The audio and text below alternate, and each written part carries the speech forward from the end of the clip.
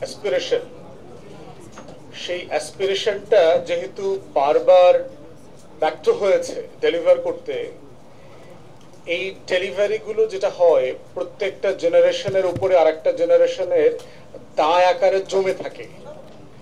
এবং এই জন্য দেখবেন যে ওই যে ঘরের একটা ছেলেকে ডাক্তার বানাতে চেয়েছে, তো প্রথম সন্তান মেডিকেলে চান্স পায়নি, তো তারপরে দ্বিতীয় সন্তানের উপরে বাপ মা ভর করছে যে তোরে ডাক্তার বানাই ছাড়বো, তো ও মেডিকেলে চান্স পায়নি।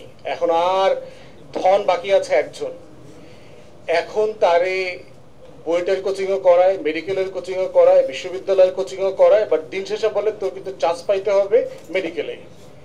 এখন ওই যে ওরে চেপে ধইরা যে মেডিকেলে ভর্তি করানোর যে কনসিকুয়েন্স, আমরা আসলে রাষ্ট্র আকারে জাতি আকারে ওই জায়গাতে এসে কালডিসাকে পড়ে গেছি, টেরেন্ডে ঢুকে গেছি, যে মানে আমাদের অবিশ্বাস, আমাদের ফেইলিওর, আমাদের কালেকটিভ এক্সপেকটেশন এন্ড অ্যাসপিরেশনের যে ডেলিভারি হয় নাই, এইটা না হওয়ার কারণে আমার জাতির জেনারেশন আফটার জেনারেশনের সম্মিলিত স্বপ্ন আকাঙ্ক্ষাগুলো জমে গেছে এই গণ অভ্যুত্থানে। তো সেই সংকটের জায়গায় এসে একটা সমুদ্র পরিমাণ না পাওয়ার জায়গাটা একটা প্রত্যাশার সমুদ্রে পরিণত হয়েছে। এবং মনে হচ্ছে যে এবার না পেলে কি হবে, আমার হারাধন কি হবে, ও আবার কবে জন্মাবে। তো এরপরে হচ্ছে যে এরপর আর একটা গণ অভ্যুত্থান হবে কিনা, আবার মানুষকে জীবন দিতে হবে কিনা, এই রিয়েলিটি গুলো রয়ে গেছে। সেই জায়গাতে আমি বরাবরই খুবই আশাবাদী মানুষ। হিস্ট্রি ছাত্র, ইতিহাসের ছাত্র হিসাবে আমরা দেখেছি যে ব্রিটিশ পলিটিক্সে একজন বিখ্যাত লেফটিস্ট পলিটিশিয়ান আছে, টনি বেন, মারা গেছেন। অক্সফোর্ড ছাত্র ইউনিয়নের একসময় প্রেসিডেন্ট ছিলেন এবং তার নেতৃত্বে হিটলার যখন ক্ষমতায়, তখন অক্সফোর্ড ছাত্র ইউনিয়নে একটা বিখ্যাত ডিবেট হয়েছিল, whether the students shall fight for the king, মানে আমরা এই ছাত্র সমাজ নতুন করে যদি আবার একটা যুদ্ধ লাগে, হিটলারের বিরুদ্ধে যদি যুদ্ধ করতে হয়, তাহলে যুদ্ধ করবো কিনা। এবং ছাত্র সংসদ তখন বিপুল ভোটে তার নেতৃত্বে প্যাসিফিস্ট আইডিয়াতে ভোট দিয়েছিল যে আমরা যুদ্ধ করব না, কারণ প্রথম বিশ্বযুদ্ধ তখনও very fresh in their collective memory. তো সেই জায়গাতে আমাদেরও এই টনি বেনকে কেন মানে আমাকে রেলেভেন্ট মনে হচ্ছে এখন, তার ডায়েরিতে জেনারেশনাল ফাইট বলে একটা জিনিস তিনি এক্সপ্লেইন করেছেন, যে প্রত্যেক জেনারেশনের একটা নিজস্ব লড়াই আছে। আমাদের সমস্যা হচ্ছে আমার আগের জেনারেশন, আমার আগের প্রজন্ম তার লড়াইটা দায় আকারে আমার উপরে শুধু পাস করে দেয়, তার দায়িত্বের ফেলিউরটা সে নেয় নাই। এই জন্য দেখবেন যে প্রত্যেক পূর্ব জেনারেশন যারা আছেন, যারা আমাদের রাজনৈতিক অগ্রজ, তারা কখনোই আলোচনাটা করেন না তার জেনারেশন কিভাবে ফেল করেছে, কোথায় কোথায় ফেল করেছে, এবং ওই ফেইলিউরটাকে আমরা কিভাবে নতুন ডেলিভারি আকারে এখানে যোগ বিয়োগ করতে পারি, কাস্টমাইজ করতে পারি। সেই জায়গাতে আমরা বোধ করছি যে 24-এর গণ অভ্যুত্থানের একটা জেনারেশনাল ফাইট আছে। 71 যেভাবে আমাদের বাবাদের জেনারেশনাল ফাইট ছিল, তার বাবাদের, আমার দাদার যেভাবে 47 একটা জেনারেশনাল ফাইট ছিল, 90-তে আমার বড় ভাইদের একটা জেনারেশনাল ফাইট ছিল, তেমনি আমাদেরও ছিল 24 একটা ফাইট।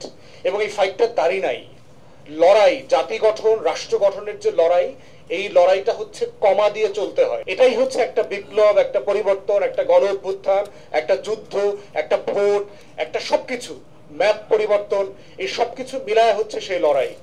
প্র্যাকটিক্যালি দেখেন যে আমাদের রাষ্ট্র গঠনের যে লড়াই, পৃথিবীর ইতিহাস বলছে মোটা দাগে 100 বছরের বেশি কোনো রাষ্ট্র থাকে না। মোটা দাগে আপনি যদি দেখেন, গত 100 বছরের মধ্যে পোল্যান্ড নামক দেশটা 2 বার ম্যাপ থেকে হারায় গেছে, আবার 2 বার আসছে। ফার্স্ট ওয়ার্ল্ড ওয়ারে তাকে দখল করে ফেলছে, দখল করে ম্যাপ চেঞ্জ করে ফেলছে। সেকেন্ড ওয়ার্ল্ড ওয়ারে যুদ্ধই তো শুরু হইলো, ড্যানজিগ করিডর দখল করার মধ্য দিয়ে হিটলার পোল্যান্ডকে খাইয়ে ফেলছে প্রথম, আবার পোল্যান্ড তো রাষ্ট্র হিসেবে ফিরে এসছে। আবার দেখেন 100 বছর আগে কি বাংলাদেশ নামক কোনো রাষ্ট্র ছিল? ভারত নামে কোনো রাষ্ট্র ছিল? পাকিস্তান নামে কেউ ছিল? মালদ্বীপ, নেপাল, ভুটান, বার্মা, এই নামে কি কোনো রাষ্ট্র ছিল? ছিল না। তাহলে আমার আইডেন্টিটি, আমার জিওগ্রাফি কিন্তু একটা চেঞ্জেবল রিয়ালিটি। যেটা চেঞ্জ হয় না সেটা হচ্ছে ব্যক্তির স্বপ্ন। একটা কমিউনিটি, একটা পলিটি যে ডেভেলপ করে, এই পলিটির আকাঙ্ক্ষা পরিবর্তন হয় না। তারা ফ্রেম চেঞ্জ করে, কিন্তু তাদের স্বপ্নগুলো তারা ভিন্ন ভিন্ন ভাষায়, ভিন্ন ভিন্ন জিওগ্রাফিতে বাস্তবায়ন করতে চায়। থার্ড কথা হচ্ছে, জুলাই সনদকে দেখতে হবে আমার ঐতিহাসিক আকাঙ্ক্ষার জায়গায়। দেখেন 2005 সালে যখন বঙ্গভঙ্গ হলো, আপনি যদি হিস্ট্রি পড়েন, এই ভূখণ্ডের মানুষ যে কি পরিমাণ ইন্সপায়ার্ড হয়েছিল, যে পূর্ব বাংলা আসামের কিছু অংশ নিয়ে একটা নতুন অ্যাডমিনিস্ট্রেটিভ প্রশাসনিক শাখা হয়েছে, যেটার মাধ্যমে ব্রিটিশ কলোনিয়াল রুলাররা যারা আছে তারা কিঞ্চিত হলেও এখানে ডেভেলপমেন্ট করবে, কিছু কাজ করবে। এবং আপনি দেখবেন যে বাংলাদেশের প্রচুর primary school, high school, college দেখবেন ওই সময়টাতে প্রতিষ্ঠিত।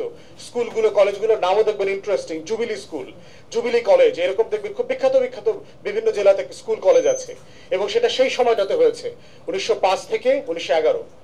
আবার দেখেন মুসলিম লীগ তার 1 বছর আগে হয়েছে 4-এ। মুসলিম লীগের কনফারেন্স দেখেন এখানে হয়েছে শাহবাগে। তো সেইখানে মুসলিম লীগের প্রতিষ্ঠা নিয়ে নিখিল ভারত মুসলিম লীগ, মানে যেই মুসলমানরা মোগল এম্পায়ার আকারে 1757, তারপরে হচ্ছে 1836 দিল্লি হারাইলো, এরপরে বাহাদুর শাহ জাফরকে রেঙ্গুনে পাঠাইলো, সেই যে ক্ষমতা হারানো 500 বছরের গ্লোরি, সেখান থেকে সে দেখতে পাচ্ছে যে আবার একটা ইউনিটির জায়গা তৈরি হচ্ছে কিনা, কিন্তু সে আবার ফেল করলো। আবার দেখেন ঢাকা বিশ্ববিদ্যালয়ের প্রতিষ্ঠা 1921-এর যে লড়াই, নবাব সলিমুল্লাহ তার লাঠি উঠায় বড় লাটের টেবিলে থাপড়ায় বলছে যে আমার ঢাকা বিশ্ববিদ্যালয়ের প্রতিষ্ঠা পিছায় যাচ্ছে কেন, টাকা দিচ্ছেন না কেন, এবং তার বডিগার্ড কিন্তু তাকে তো গুলি করছে। এই কথাটা কেউ বলে না। নবাব সলিমুল্লাহ কিন্তু সেই গুলিতে গুলিবিদ্ধ হয়ে শহীদ হয়েছেন। 2 দিন পর তার লাশ ঢাকাতে এনে তাকে ভেরি হাই সিকিউরিটি মানে রিয়েলিটিতে তাকে দাফন করা হয়েছে। তো ঢাকা বিশ্ববিদ্যালয়ের প্রতিষ্ঠাও কিন্তু এরকম একটা ইউফোরিয়া তৈরি করেছে আমার জনগোষ্ঠীর মাঝে। আবার সেই ঢাকা বিশ্ববিদ্যালয়ে পড়া প্রথম জেনারেশন তারা বোঝার চেষ্টা করেছে আমার একটা রাষ্ট্র লাগবে, আমার এই কমিউনিটির অধিকারকে তৈরি করবার জন্য। লাহোর রেজলিউশন, পাকিস্তান আন্দোলন, এবং দেখেন পাকিস্তান রাষ্ট্রটা বানাইছে কারা? আজকের পাকিস্তানিরা কিন্তু পাকিস্তান রাষ্ট্র বানায় নাই, বাঙালিরা বানাইছে পাকিস্তান রাষ্ট্র। 46-এর ইলেকশনে দেখেন মুসলিম লীগ পাকিস্তানের কোন প্রভিন্সে মেজরিটি হয় নাই এবং সরকার গঠন করতে পারে নাই, এক্সেপ্ট ইন বেঙ্গল। তারা সরকার গঠন করেছে এখানে। কেন? ওই যে জমিনদারি প্রথা বিলুপ্ত করা হবে, ওই আমার কমিউনিটির আকাঙ্ক্ষা, আমার স্বপ্ন যে আমরা আবার সমান হব, আমরা প্রজা থাকবো না। তো এই যে ইউফোরিয়াটা তৈরি করলো পাকিস্তান রাষ্ট্র, জমিদারি প্রথা বিলুপ্ত করা, কিন্তু আবার এটা একটা ফ্রাস্ট্রেশন তৈরি করা শুরু করলো যখন দেখা গেছে যে মেজরিটির ভাষাকে ভাষা আকারে রেকগনাইজ করা হচ্ছে না। তার ভিতর একটা ফ্রাস্ট্রেশন, ডিপ্রেশন এবং একটা হতাশা তৈরি করেছে। আবার রাষ্ট্র প্রকল্পে হাত দিতে হয়েছে, আবার 71 তৈরি হয়েছে। তো এই কমাগুলোর কথা কেন বলছি? যে আজাদির লড়াইতে কোনো দাড়ি নাই। এই জন্য আমরা গণ অভ্যুত্থান নিয়ে যেভাবে গর্বিত, আমরা এটাকে সাকসেসফুল করতে চাই। অ্যাট দ্য সেম টাইম মনে রাখতে হবে এই লড়াইয়ের পরের শূন্যস্থানটার জন্য আমার লড়াইয়ের প্রস্তুতি নিতে হবে। সবকিছু এইবার আমি অর্জন করতে পারবো না। কোনটা প্র্যাকটিক্যালি এখনই অ্যাচিভেবল সেটা নিয়ে আমাকে লড়াই করতে হবে, কোনটা আমি আগামী দিনের ফাইটের জন্য রেখে দিয়েছি। এবং ইতিমধ্যে আমি বলছি যে বাংলাদেশের আগামী গণ অভ্যুত্থানের বীজ এই জুলাই সনদে লেখা হয়ে গেছে। যেভাবে 71-এর ঘোষণাপত্রে 17 এপ্রিলে লেখা ছিল যে বাংলাদেশে 1990 হবে, 2024 হবে, এভাবেই প্রত্যেকটা আন্দোলনের ইন্সপিরেশন এবং স্বপ্ন আকাঙ্ক্ষাটা পরবর্তী গণ অভ্যুত্থান, পরবর্তী আমার জাতি গঠন প্রকল্প, আমার রাষ্ট্র প্রকল্প তৈরি বিনির্মাণের বীজ বপন করে দেওয়া যায়।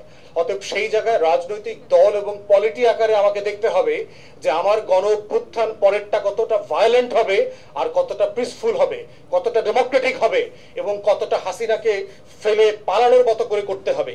এই বাস্তবতার নিরিখে হচ্ছে আজকের জুলাই সনদের আকাঙ্ক্ষা এবং বাস্তবায়নের তরিকা আলোচনা করতে হবে। আমি ব্যক্তিগতভাবে মনে করি যে বাংলাদেশে সংবিধান আসলে এখন নাই, ডিফ্যাক্টো ডেড। এই সরকার 106-এর সরকার না, 106-এর সরকার এটা না। পলাতক ক্যান্টনমেন্টে থাকা বিচারপতি দিয়া অ্যাপেলেট ডিভিশনে জাজমেন্ট হয় না, এটা প্র্যাকটিক্যাল না। ওই জাজমেন্ট আমি পড়ছি এটা, এবং ওইটার পুরো গল্প একদিন আপনাদেরকে বলবো যদি সময় আসে, এইটা কেমনে কি করা হয়েছে।